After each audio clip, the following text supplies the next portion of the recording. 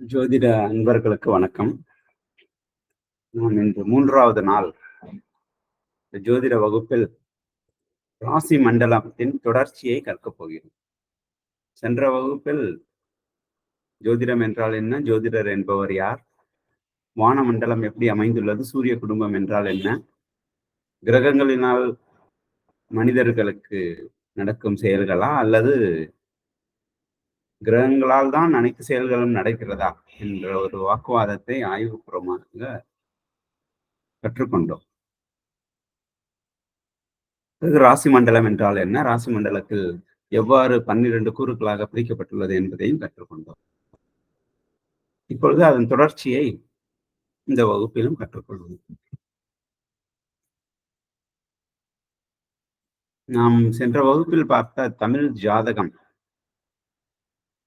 சென்ற வகுப்பில் நாம் ராசி மண்டலத்தை பற்றி தெரிந்து கொண்டோம். அதில் தமிழில் இப்பொழுது முறை பற்றி கற்கவிருக்கு. தமிழில் மேசம், ரிஷபம், மேசத்திலிருந்து ஆரம்பமாகும் இந்த ஜாதக கட்டம் என்பது.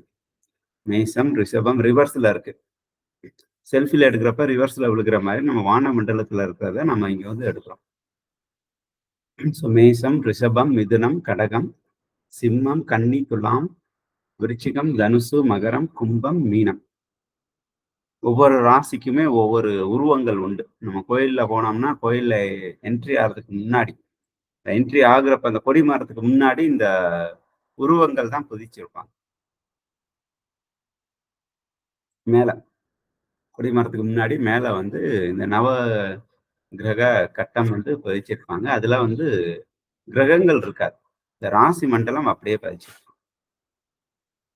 ஸோ மேசம்னா மேசம்னு இருக்காது, இந்த ஆட்டின் தலை இருக்கிற மாதிரி. ரிஷபம்னா இந்த எருதின் உடல், மிதுனம் இரட்டை குழந்தைகள், கடகம் நண்டு, சிம்மம் சிங்கம் போன்ற ஒரு உருவம், கன்னி ஒரு பெண் உருவம், துலாம் தராசு போல் தராசு, துலாக்கோல் தராசு, விருச்சிகம் தேல், தனுசு வில் அம்பு, மகரம்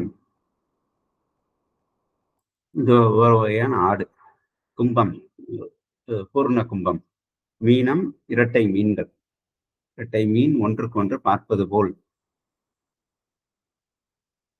தலைக்கும் வாளுக்கும் ஒன்றைக்கு ஒன்று பார்ப்பது போல் இருக்கும். ஸோ இது போன்று கோயிலில் கொடிமரத்துக்கு முன்பாக இவ்வாறு பதிந்து வைத்திருப்பார்.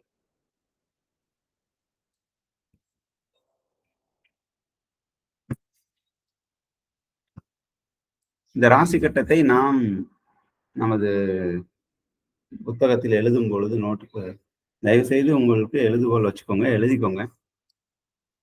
நம்ம இது வரைக்கும் நம்ம வட்டத்துல தான் பார்த்தோம். இத வந்து இப்ப கட்டத்துல அடைக்க போறோம். நம்ம எளிமையான முறையில நம்ம புரிதலுக்காக தான் கட்டத்துல அடைக்கிறோம். உண்மையிலேயே நம்ம வட்டத்துல போட்டு தான் ஆராய்ச்சி பண்ணா இன்னும் ரொம்ப நல்லா இருக்கும். ஸோ இப்போ வந்து முதல் வீடு மேசம், 2வது வீடு ரிஷபம். இப்பதான் கிளாக் வைஸ் டைரக்ஷன்ல வருது, வலதுபுறமாக ஒரு சுற்று. இதுக்கு முன்னாடி பார்த்ததெல்லாம் இடதுபுறமாக பார்த்தோம், அது நல்லா கவனிச்சிருப்பீங்க, ரிவர்ஸ்ல இருந்துச்சு.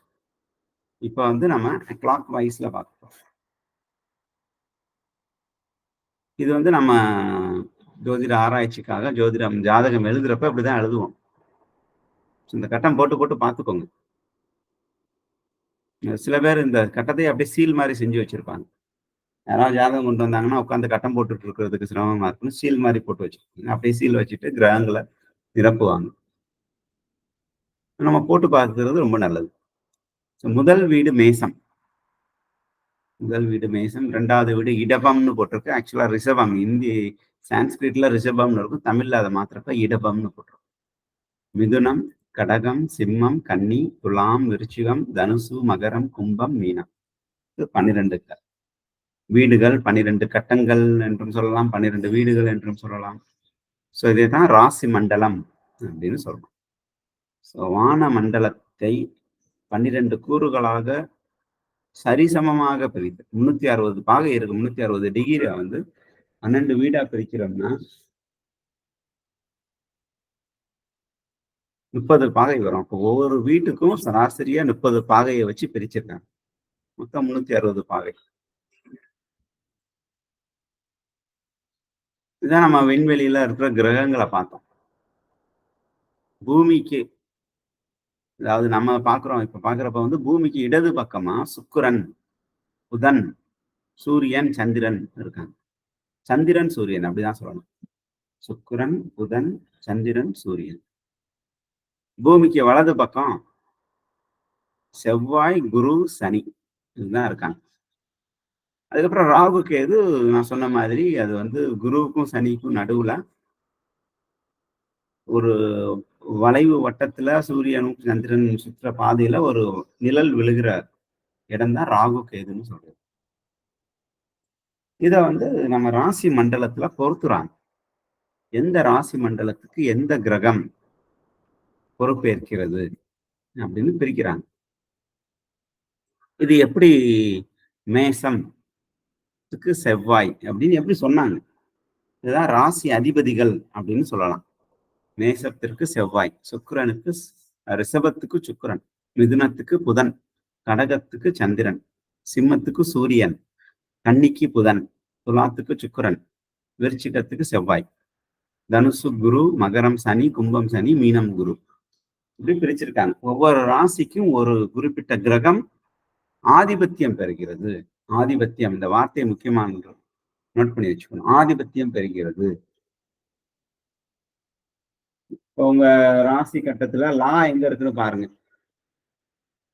லா கடகத்துல இருக்குன்னு வச்சுக்குவோம். லக்னாதிபதி, லக்னத்துக்கு அதிபதி. உங்க லக்னம் வந்து கடகம். அந்த லக்னத்துக்கு அதிபதி சந்திரன். இப்ப ராசி வந்து கும்ப ராசின்னு வச்சுக்குவோம். ராசி அதிபதி சனி. நான் கும்பம் வீட்டுக்கு அதிபதி சனி. உங்க வீடு, உங்க ராசி வந்து ரிஷபம். அப்ப ராசி அதிபதி சுக்கிரன். உங்க ஜாதகத்துல லக்னம் வந்து மீனம் இருக்குன்னா லக்னாதிபதி குரு. இப்படிதான் ராசி மண்டலத்தில் ஒவ்வொரு கிரகமும் ஒவ்வொரு ராசி கட்டத்துக்கும் பொறுப்பேற்றுக் கொள்கிறார். இது எப்படி நடக்குது? எப்படி இது எடுத்திருக்காங்க? 360 பாகையில 30 பாகை மட்டும் செவ்வாய், முதல் 30 பாகை. செவ்வாய் இன்னொரு வீட்டுக்கும் ஆதிபத்தியம் பெறார். விருச்சிகத்துக்கும் ஆதிபத்தியம் பெறார். செவ்வாய் விருச்சிகத்துக்கு மேசம் விருச்சிகத்துக்கு செவ்வாய் அதிபதி, ரிஷபம் துலாமுக்கு சுக்கிரன் அதிபதி, மிதுனம் கன்னிக்கு புதன் அதிபதி, மீனம் தனுசுக்கு குரு அதிபதி, மகரம் கும்பத்துக்கு சனி அதிபதி, கடகத்துக்கு சந்திரன், சிம்மத்துக்கு சூரியன். இது எப்படி பிரிச்சிருக்காங்க? அதாவது கிரகங்கள் நான் முன்னாடியே சொன்ன மாதிரி கை கால்கள் இல்லை, கண்கள் இல்லை. அது தன் பாட்டுக்கு தனது வெயிட்டுக்கு ஏத்த மாதிரி, தனது பல இழுவை சக்திகளுக்கு ஏற்ற மாதிரி, சுற்றுப்புற சூழலுக்கு ஏற்ற மாதிரி அது வான மண்டலத்தில் சுழன்று கொண்டிருக்கு. சூரியனை நோக்கியோ சூரியனை சுற்றியோ சுழன்று கொண்டிருக்கு. அதில் பூமியும் ஒரு தனி கோள். இது எப்படி மேசத்துக்கு செவ்வாய் எப்படி நிர்ணயித்தார்கள்? ரிஷபத்துக்கு சுக்கிரன் என்று எப்படி நிர்ணயித்தார்கள்?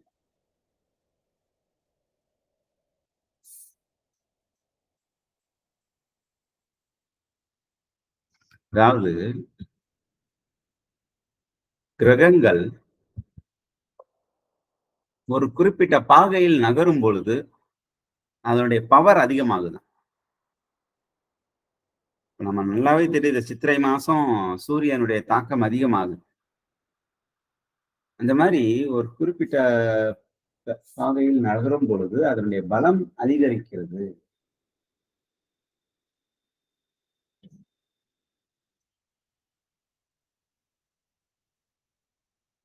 அதை அடிப்படையாக வைத்து ஒவ்வொரு கிரகத்துக்கும் ஒவ்வொரு ராசிக்கும் ஆதிபத்தியம் கொடுத்திருக்காங்க. இது ஒரு ஆர்டர்ல கொடுத்திருக்காங்க. இது ஏனோ தானோன்னு கிளப் பண்ணி கொடுக்கல. இதுக்கு ஒரு ஆர்டர்ல கொடுத்திருக்காங்க. இப்ப மேசம் ஒரு குறிப்பிட்ட பாகை 1வது பாகையில இருந்து 30 பாகை வரைக்கும் அந்த செவ்வாய் கிரகம் நகரும் பொழுது அதனுடைய பவர் அதிகமா இருக்கு. அதனுடைய நிலைத்த தன்மை நல்லா இருக்கும். அதை வைத்துக் கொண்டுதான் மேசத்துக்கு செவ்வாய் ஆதிபத்தியம் பெறுகிறார், அதிபதி ஆகிறார் அப்படின்னு சொல்றோம். ஸோ இது வந்து ஒரு ஒழுங்கு அமைவில் வானமண்டலத்தை அடிப்படையாக வைத்து ஒரு ஒழுங்கு அமைவில் இந்த ஆதிபத்தியத்தை கொடுத்துள்ளார்கள். இது ஆட்சி பெரும் கிரகம் அப்படின்னு சொல்றது. செவ்வாய் மேசத்துக்கு செவ்வாய் ஆட்சி. உங்களுக்கு மீன ராசின்னா மீனத்துக்கு உங்களுக்கு ஆட்சி பெறும். உங்களுடைய ராசி அதிபதி வந்து குரு. உங்களுக்கு விருச்சிக லக்னம்னா விருச்சிக லக்னத்துக்கு அதிபதி செவ்வாய். இதை சொல்லி பழக்கணும். லக்னாதிபதி, லக்னத்துக்கு அதிபதி லக்னாதிபதி, ராசிக்கு அதிபதி ராசி அதிபதி. இப்ப லக்னம் தான் 1ஆம் வீடுன்னு நம்ம ஏற்கனவே பார்த்தோம். லக்னத்திலிருந்து 1, 2, 3ன்னு கணக்கு பண்ணணும். இப்ப காலபுருஷனுக்கு வந்து மேசம் தான் முதல் வீடு. அதனால மேசம்ல இருந்து 1ன்னு எடுத்துக்கலாம், 2 ரிஷபம்னு எடுத்துக்கலாம், 3 மிதுனம்னு எடுத்துக்கலாம். உதாரணத்துக்கு உங்க லக்னம் கடக லக்னம்னா இருந்துச்சுன்னா கடகம் 1ஆம் வீடு, 2ஆம் வீடு சிம்மம், 3ஆம் வீடு கன்னி அப்படின்னு வரிசையா எடுத்துக்கலாம். இப்ப ஒவ்வொரு வீட்டுக்கும் யார் அதிபதி அப்படின்னு தெரியும். 1ஆம் வீட்டின் அதிபதி உங்க லக்னாதிபதி தான் 1ஆம் வீட்டின் அதிபதி. 2ஆம் வீட்டின் அதிபதி லக்னத்துக்கு அடுத்த வீடு. இப்போ உதாரணத்துக்கு கடக லக்னம் என்றால் அடுத்த வீடு சிம்ம லக்னம், சிம்ம வீடு. இப்ப சிம்மத்துக்கு 2ஆம் வீட்டுக்கு அதிபதி சூரியன். 3ஆம் வீட்டுக்கு அதிபதி கடகத்துல இருந்து 3 வீடு கவுண்ட் பண்ணணும். 1, 2, 3 கவுண்ட் பண்ணா கன்னி வரும். கடகத்துல இருந்து கடகம், சிம்மம், கன்னி 3வது வீடு. 3வது வீட்டுக்கு அதிபதி புதன். 4ஆம் வீட்டுக்கு அதிபதி சுக்கிரன் அப்படின்னு நம்ம எடுத்துக்கலாம். நம்ம ஏற்கனவே போன வகுப்புல ஒவ்வொரு பாவத்திற்கும் என்ன தன்மைகள்னு பார்த்தோம். 1ஆம் பாவம் அப்படின்னு பாக்குறப்ப ஒரு நபரின் கேரக்டரை சொல்லுது, ஒரு நபர் எப்படிப்பட்டவர் என்பதை சொல்கிறது. 2ஆம் வீடு அந்த நபரின் குடும்பம், தனம், வாக்கு எப்படி இருக்கும்னு சொல்லுது. 3ஆம் வீடு இளைய சகோதரம் பற்றி சொல்லுது, தைரியம், வீரியம் பற்றி சொல்லுது அப்படின்னு ஒரு குறிப்பு பார்த்தோம். முழுமையா இன்னும் வர்ற வகுப்புல திருப்பி அதை பார்ப்போம். ஒரு சிறு குறிப்பு சென்ற வகுப்புல பார்த்தோம், 2ஆம் நாள் வகுப்புல பார்த்தோம். ஸோ இப்படி பாக்குறப்ப நம்ம வந்து ஒவ்வொரு வீட்டுக்கும் அதிபதி தெரிஞ்சிருந்தா ஒவ்வொரு ஜாதகத்துக்கும் 2வது வீட்டு, உங்க ஜாதகத்துல 2ஆம் வீட்டு அதிபதி யாரு, 3ஆம் வீட்டு அதிபதி யாரு, 4ஆம் வீட்டு அதிபதி யாருன்னு நம்ம தெரிஞ்சுக்கலாம். ஸோ இது நம்ம மனப்பாடம் பண்ண தேவையில்லை. ரொம்ப பேர் இதை உட்காந்து மனப்பாடம் பண்ணியிருப்பாங்க. மனப்பாடம் பண்ண தேவையில்லை. நம்ம வகுப்புல கத்துக்கிறவங்க ரொம்ப மனப்பாடமே பண்ண தேவையில்லை. பிராக்டிஸ் வந்துட்டு ஏன் வந்து அமைச்சிருக்காங்க அப்படின்னு தெரிஞ்சா போதும். தெரிஞ்சாலே போதும், நீங்க வந்து மிக அருமையாக ஞாபகத்துல வச்சுக்கணும். ஸ்பான்டினியஸா சொல்லலாம். இது எப்படி அமைச்சிருக்காங்க அப்படின்னா, நம்ம வான மண்டலத்தை நான் முன்னாடியே காட்டினேன். வான மண்டலத்தில் இவ்வாறு கிரகங்கள் அமைக்கப்பட்டுள்ளது அப்படின்னு சொன்னேன். இந்த ஆர்டர்ல தான் நமக்கு ராசிக்கு அதிபதி கொடுத்திருக்காங்க. இந்த ஆர்டர்ல தான். இந்த ஆர்டர்ல நான் இப்ப தமிழ்லையும் காட்டுறேன்.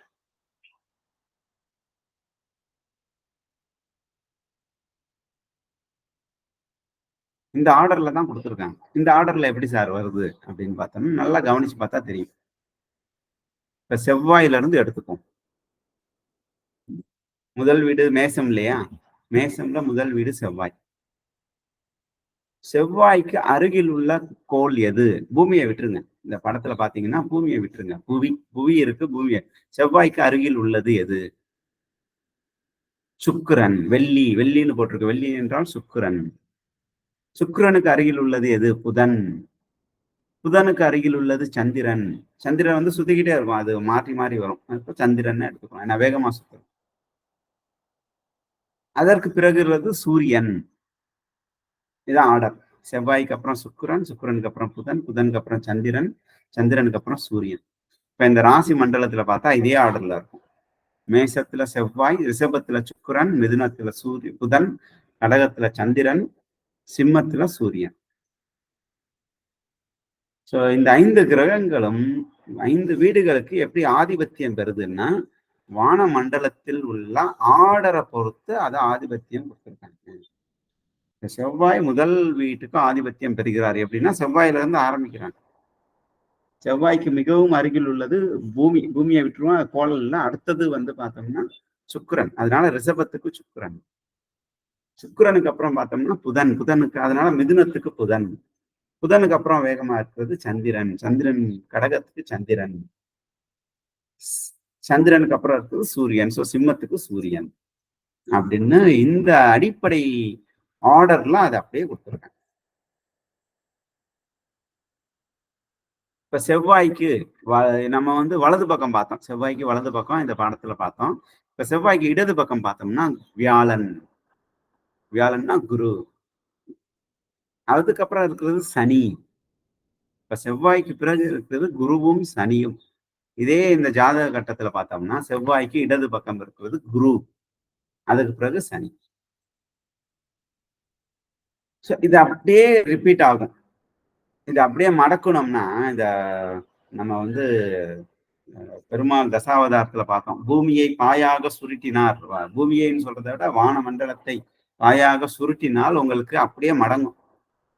சூரியன், சந்திரன், ஒளி, நட்சத்திரங்கள் அப்படியே சேர்ந்துரும். சனி சனி வந்துடும். குரு குரு அப்படியே வந்துடும். இந்த ஜாதகத்தை இந்த கட்டத்தை அப்படியே மடக்குங்க. மேலும் கீழுமாக மடக்கினால் செவ்வாய் மேல கீழே, சுக்கிரன் மேல கீழே, புதன் மேல கீழே, குரு மேல கீழே, சனி சனி அப்படியே சேர்ந்துரும். ஒளி கிரகங்கள் கடகத்துக்கும் சிம்மத்துக்கும் சூரியன், சந்திரன் அப்படியே சேர்ந்துரும். சோ இந்த அடிப்படையில தான் இந்த ஒவ்வொரு ராசிக்கும் ஆதிபத்தியம் கொடுத்திருக்காங்க.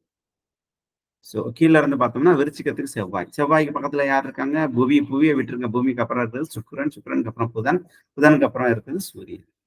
சோ இதே மாதிரி இந்த பக்கம் இடது பக்கம் பார்த்தோம்னா செவ்வாய்க்கு பிறகு இருக்கிறது குரு. குருவுக்கு அப்புறம் இருக்கிறது சனி. இந்த ஆர்டர்ல தான் இந்த ராசி மண்டலத்தில் ஒவ்வொரு கிரகத்துக்கும் ஆட்சி வீடாக கொடுக்கப்பட்டுள்ளது. இந்த அதிபதிகளை தான் ஆட்சியாளர்கள் அப்படின்னு சொல்றோம். ஒரு குறிப்பிட்ட 30 பாகையை இவர்கள் ஆள்கிறார்கள். ஒருவேளை மேச ராசி ஒருத்தவங்க இருக்காங்க. இப்போ நீங்க இந்த வகுப்பு பார்க்குறவங்கல மேச ராசி இருக்கீங்கன்னா உங்களுக்கு ராசி அதிபதி செவ்வாய். உங்களுக்கு செவ்வாயுடைய ஆதிபத்தியம் இருக்குன்னு அர்த்தம். செவ்வாய் எதுக்கெல்லாம் காரகமோ அது எல்லாமே உங்களுக்கு அமையும். அதை நம்ம பார்ப்போம். அடுத்த உள்ள வகுப்புல செவ்வாயுடைய தன்மைகள் என்னன்னு பார்க்குறப்ப தெரியும். இப்ப நீங்க ரிஷப ராசியா இருந்தீங்கன்னா ரிஷபத்துக்கு அதிபதி, ராசிக்கு அதிபதி சுக்கிரன். சுக்கிரனுடைய தன்மைகள் அதுக்கு அமையும். ராசிக்கு பார்க்குறோம். லக்னத்துக்கு முதன்மையா பார்க்கணும். லான்னு எங்க போட்டிருக்குன்னு பாருங்க. கும்பத்துல லான்னு போட்டிருந்தா கும்ப லக்னம். அப்ப லக்னாதிபதி சனி.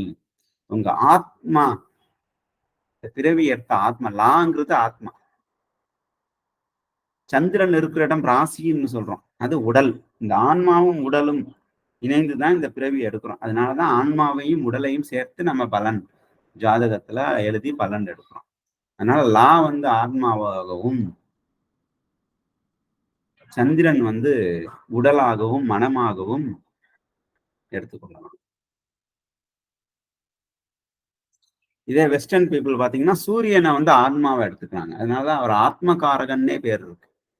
சூரியன் தான் ஆன்மா அப்படின்னு எடுத்துக்கிறாங்க. அவங்களுக்கு சூரியன் தான் உடல், மனம், ஆன்மா எல்லாமே சூரியன் தான். சூரியன் எந்த அவங்க பிறந்த அன்னைக்கு சூரியன் எங்க இருக்கோ அதான் அவங்களுக்கு ராசி, லக்னம் எல்லாமே அவங்களுக்கு. நமக்கு வந்து லா என்று போட்டிருக்கிறது ஆத்மாவாகவும், சந்திரன் உட்கார்ந்திருக்கிற இடம் ராசி என்றும், அதையே உடல் என்றும், இந்த ராசியும் ஆன்மாவும் உடலும் ஆன்மாவும் எப்படி ஒருங்கிணைத்து இந்த பிறவி பயனை அனுபவிக்க போகிறது என்பதை தான் இந்த ஜாதகம் கணிக்க பயன்படுத்துகிறோம். சோ இப்ப ராசி மண்டலத்துல ஒவ்வொரு ராசிகளுக்கும் அதிபதி யாரு, அந்த அதிபதிகள் எப்படி பிடிக்கப்பட்டுள்ளது என்பதை கற்றுக்கொள்ளும். இது புத்தகத்துல ரொம்ப இடத்துல அது இருக்காது. இது நம்ம வந்து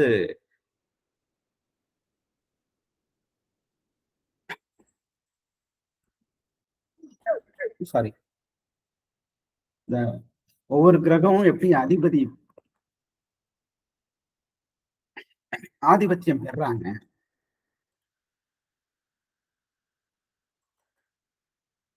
அப்படிங்கிறது காரணத்தோட நம்ம தெரிஞ்சுக்கணும். சும்மா மனப்பாடம் பண்றது இல்ல.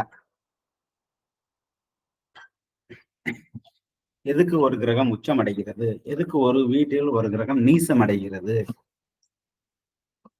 அதுக்கெல்லாம் காரணம் இருக்கு. அப்படியே மனப்பாடம் பண்ணக்கூடாது. நம்ம வகுப்பின் தன்மை அது. இது இன்னொன்று தன்மை வந்து இதுதான். எந்தையுமே மனப்பாடம் பண்ண தேவையில்ல.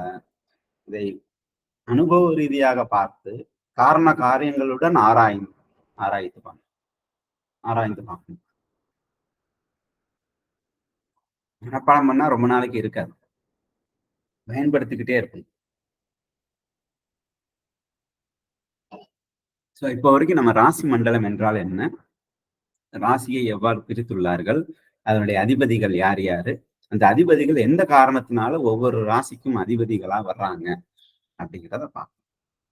அடுத்த வகுப்புல ஒவ்வொரு ராசியின் தன்மை அப்படிங்கிறத எப்படி நம்ம எடுக்க போறோம்ங்கிறத பார்க்கலாம். அடுத்த வகுப்பில் ரொம்ப ஆர்வமா காத்திருப்பீங்க. அடுத்த வகுப்புக்கான தகவல்கள் கூடிய விரைவில் உங்களுக்கு வரும். நன்றி.